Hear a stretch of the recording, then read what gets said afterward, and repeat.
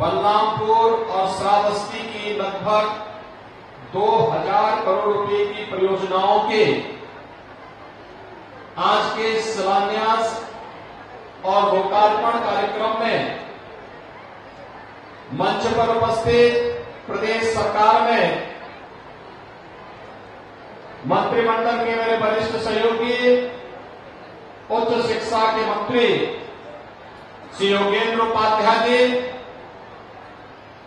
जनपद के प्रभारी मंत्री श्री नितिन अग्रवाल जी,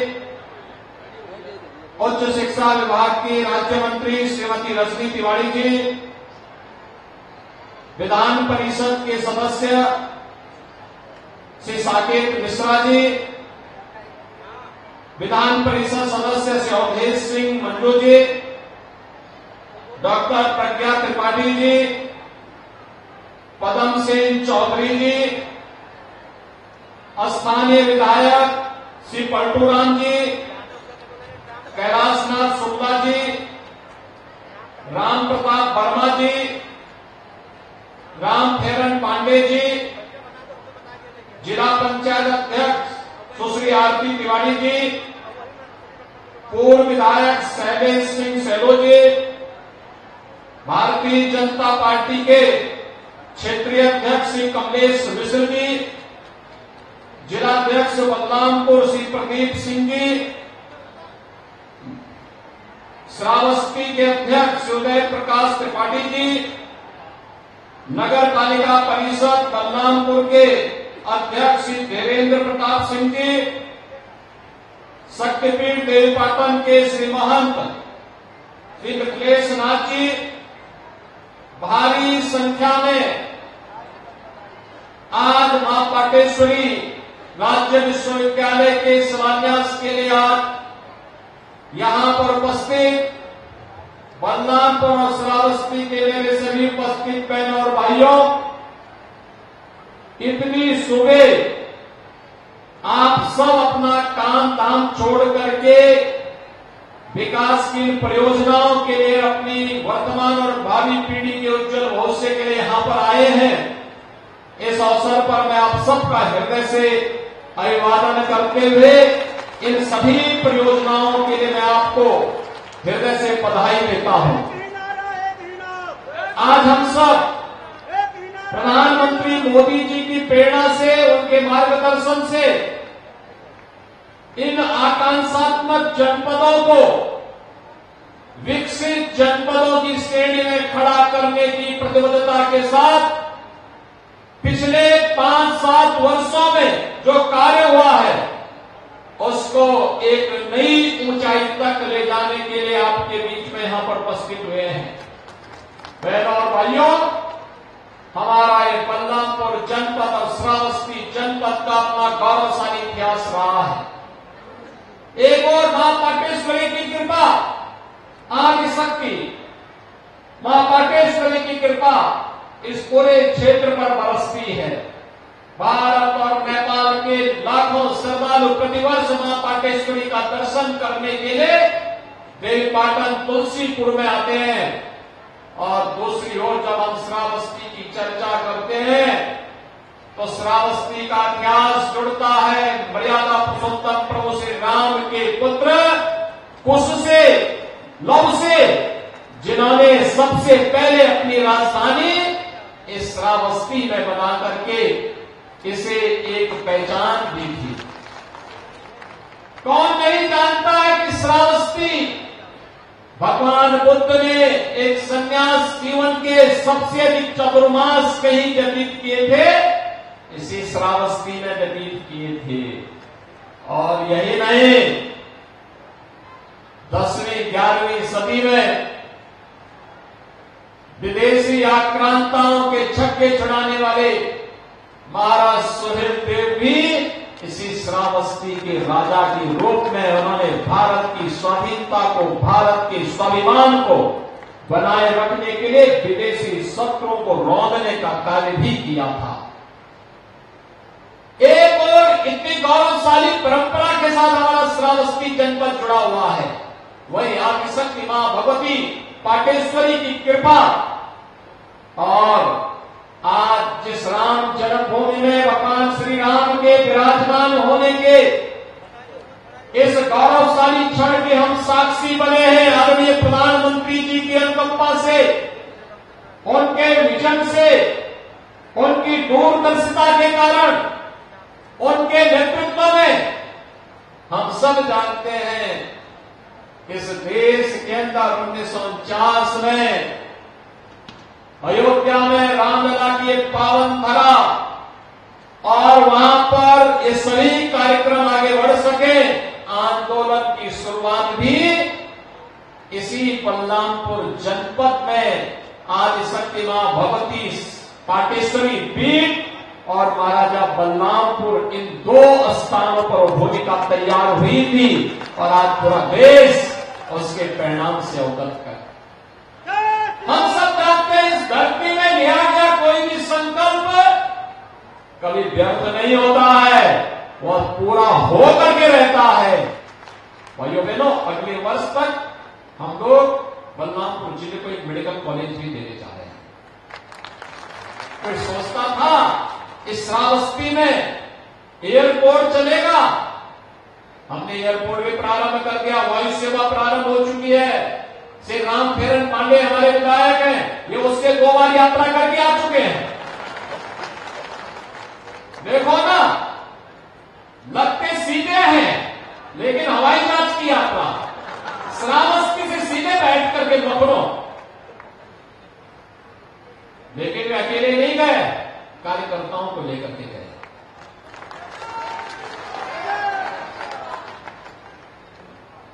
बहनों भाइयों, और आपको विश्वविद्यालय भी मिल गया, बलरामपुर में विश्वविद्यालय हो, एक कल्पना थी, आज साकार हो चुकी है। बहनों भाइयों, साकार हो चुकी है, आपका ये नया सपना साकार हुआ है। होली के पहले ये 2 नए उपहार इस कमिश्नरी वासियों को 3 जनपदों में से 4 जनपद में से 3 में मेडिकल कॉलेज 2 बन चुके हैं, तीसरा का उद्घाटन हो रहा है और एक विश्वविद्यालय भी, एक एयरपोर्ट भी। सरयू नहर राष्ट्रीय परियोजना जो 4 दशक से लंबित पड़ी हुई थी, आज वह परियोजना को भी गत वर्ष प्रधानमंत्री जी ने उसका भी लोकार्पण कर दिया। सारा लाभ इस कमिश्नरी को प्राप्त हो रहा है। यहां पे फ्लाईओवर बलरामपुर का फुलवरिया बाईपास हो, चाहे वह बलरामपुर का रिंग रोड हो, इन सब कार्यों को तो पूरा इन सबको स्वीकृति दी गई है। फ्लाईओवर भी एक से एक बन रहे हैं। लोगों की आवश्यकता के अनुरूप उन सभी आवश्यकताओं की पूर्ति के लिए आज से 7 वर्ष पहले जब मैं यहां आता था तो मुझे गोंडा से देवीपाटन मंदिर पहुंचने में 4 घंटे लगते थे। आज 45 मिनट में, एक दिन में गोंडा की मीटिंग करके और बाई रोड चला, मात्र 45 मिनट में मैं देवीपाटन मंदिर में पहुंच चुका था। बहनों भाइयों, यह जब सरकार की नीयत साफ होती है तो स्पीड अपने आप पकड़ने लगती है। सरकार जब शुद्ध नियत से काम करती है तो स्पीड अपने आप पकड़ने लगती है। स्पीड ही विकास को आगे बढ़ाता है, हर चेहरे पर खुशहाली लाता है। बिना भेदभाव के शासन की योजना का लाभ गरीबों को मिलता है। यहां पे राशन की सुविधा का लाभ कितने लोगों को मिलता है? राशन, सरकार का फ्री में राशन की सुविधा मिल रही है ना? क्या ये पिछली सरकारों में मिलता था क्या सपा बसपा कांग्रेस ये फ्री में राशन देते क्या? आयुष्मान भारत का कार्ड क्या ये लोग दे पाते क्या? और गरीब को मकान क्या ये लोग दे पाते? आज तो भाइयों बहनों, जब भी मुझे आने का अवसर प्राप्त होता है, मैं पहले जब 17 में मुख्यमंत्री मुझे बनाया गया था, 17 में बाढ़ आई थी, मार्च में मैं मुख्यमंत्री बना और जुलाई में बाढ़ आई थी। तो उस समय जिला मुख्यालय श्रावस्ती भी, बलरामपुर भी सारा पानी से लबालब भरा हुआ था।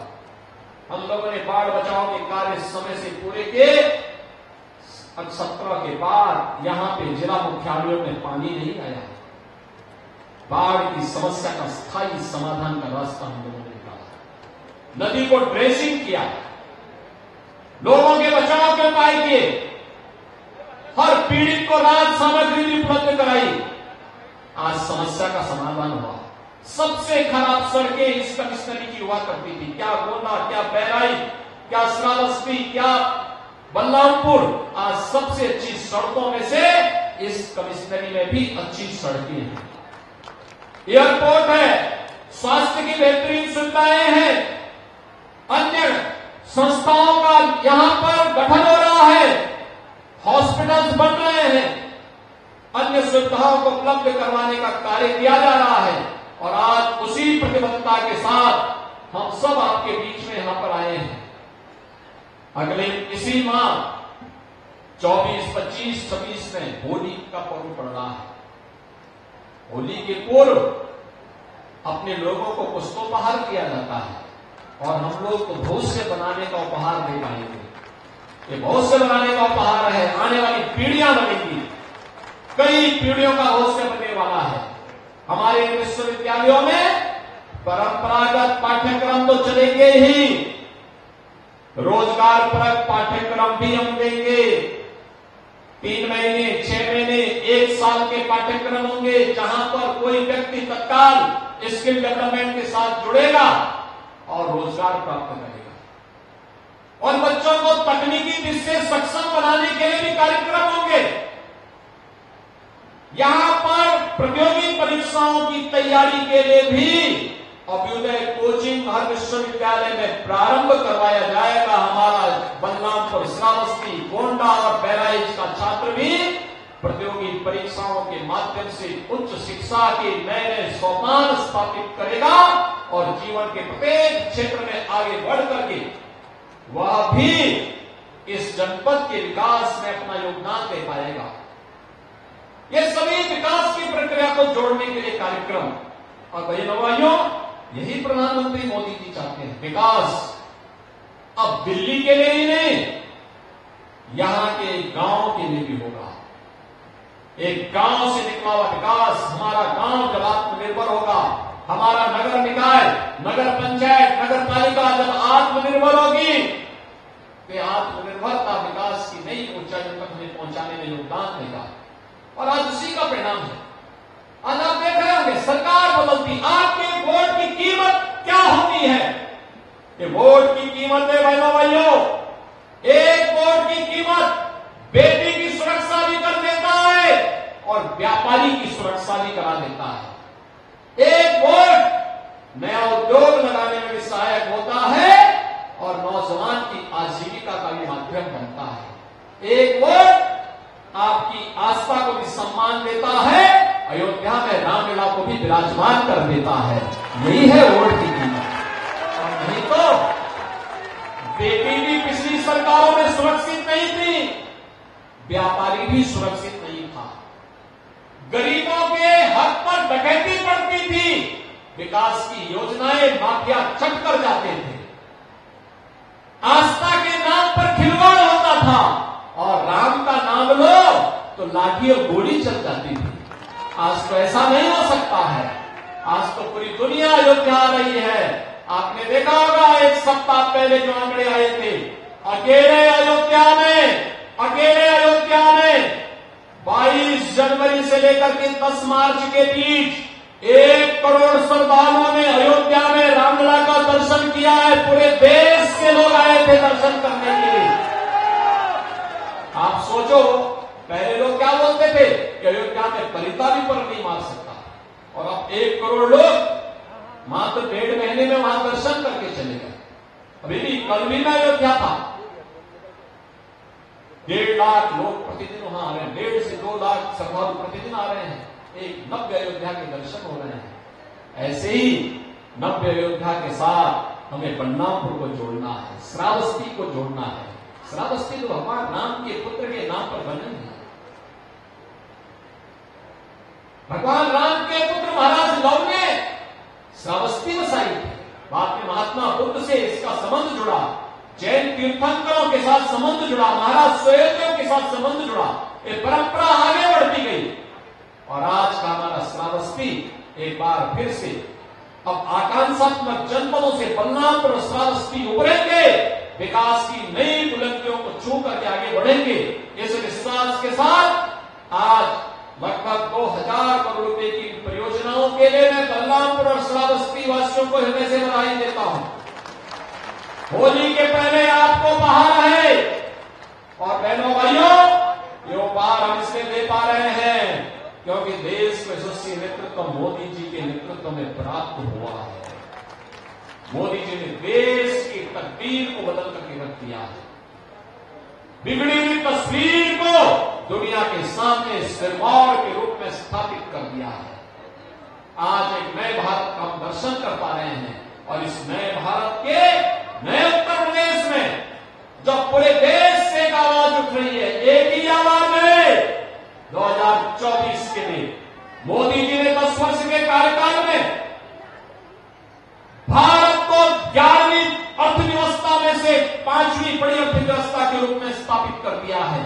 और मोदी जी को तीसरा कार्यकाल दीजिए, अगले 3 वर्ष के अंदर, तीसरा कार्यकाल 3 वर्ष के अंदर मोदी जी भारत को दुनिया की तीसरी बड़ी अर्थव्यवस्था के रूप में स्थापित कर